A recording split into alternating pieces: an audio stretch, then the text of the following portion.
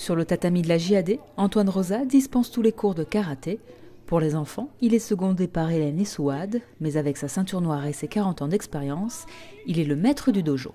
Le karaté commence par le salut et finit par le salut, comme pratiquement dans tous les arts martiaux japonais.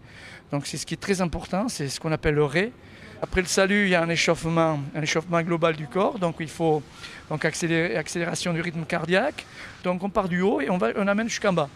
Après l'échauffement, on attaque le cours proprement dit. Le cours proprement dit comprend des techniques que l'on fait seul, que le professeur donne et les élèves les font au rythme que le professeur les donne, seul dans le vide. Voilà. Et on met le maximum d'intensité et on essaie de chercher toujours la technique la plus pure possible. Voilà. Et comme on n'y arrive pas, donc c'est pour ça qu'on continue à pratiquer longtemps.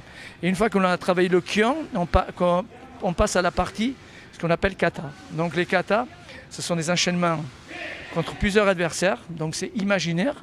Et ce sont des enchaînements, des katas, ce sont des techniques qui nous sont données depuis des générations en générations par des maîtres. Nous, on pratique le style Shotokan.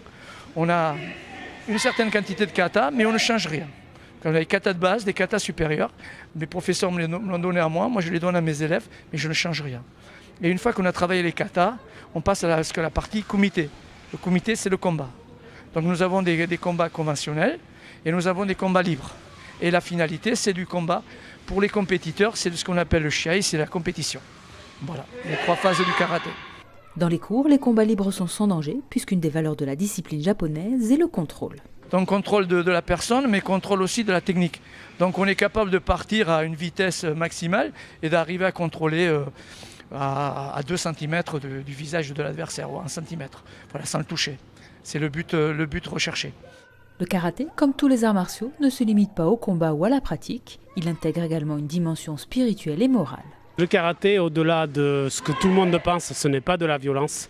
Au contraire, c'est vraiment justement quand on est au karaté, on évacue toute cette violence. Et le respect qu'on acquiert au niveau de la pratique karaté, c'est un respect qu'on peut attribuer à l'extérieur de la salle de sport, puisqu'on apprend à se concentrer, on apprend à se retenir, on apprend à évacuer. Et donc, du coup, on n'est pas du tout agressif.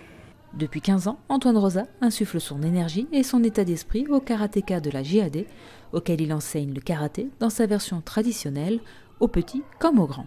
Les enfants, ils ont 2 cours par semaine, le lundi et le mercredi, de 18h15 à 19h30 à peu près. Les adultes ont 3 cours, le lundi, le mercredi et le vendredi, de 19h30 à 21h à peu près.